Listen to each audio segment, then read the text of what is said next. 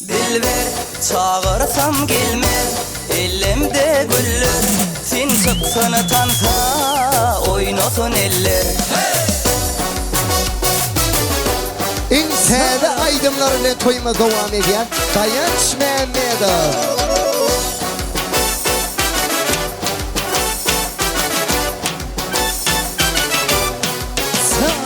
Zorluğun içinde yılgırıp bana, yürekte sevgimi aydayın sana. Cana cana zülfleri tara, gel bana söyün yara. Dilber çağırsam gelmez, elimde güller. Sen gelmesen bana, yüreğim dinler. Dilber çağırsam gelmez, elimde güller. Sen gelmesen bana, yüreğim dinler.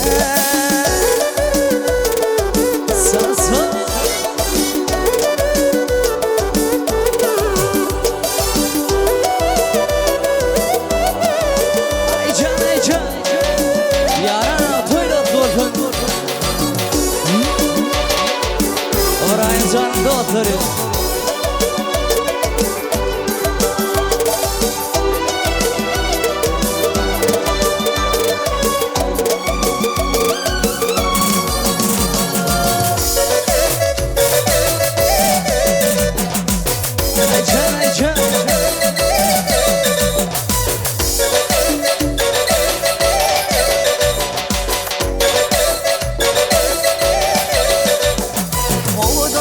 Açılın begül yari, aşoğlanın demesinsin gari. Alkama gari, almasın ari, görmedim seni yari. Dilber çağırsam gelmez, elimde güller. Sen gelmesen bana, yüreğim dinler. Dilber çağırsam gelmez, elimde güller. Sen gelmesen bana, yüreğim dinler.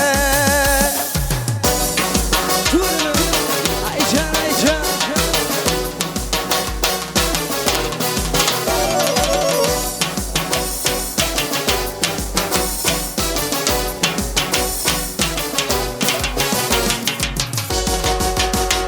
Dilber çağırsam gelmez, elimde güller. Sen gelmesen bana,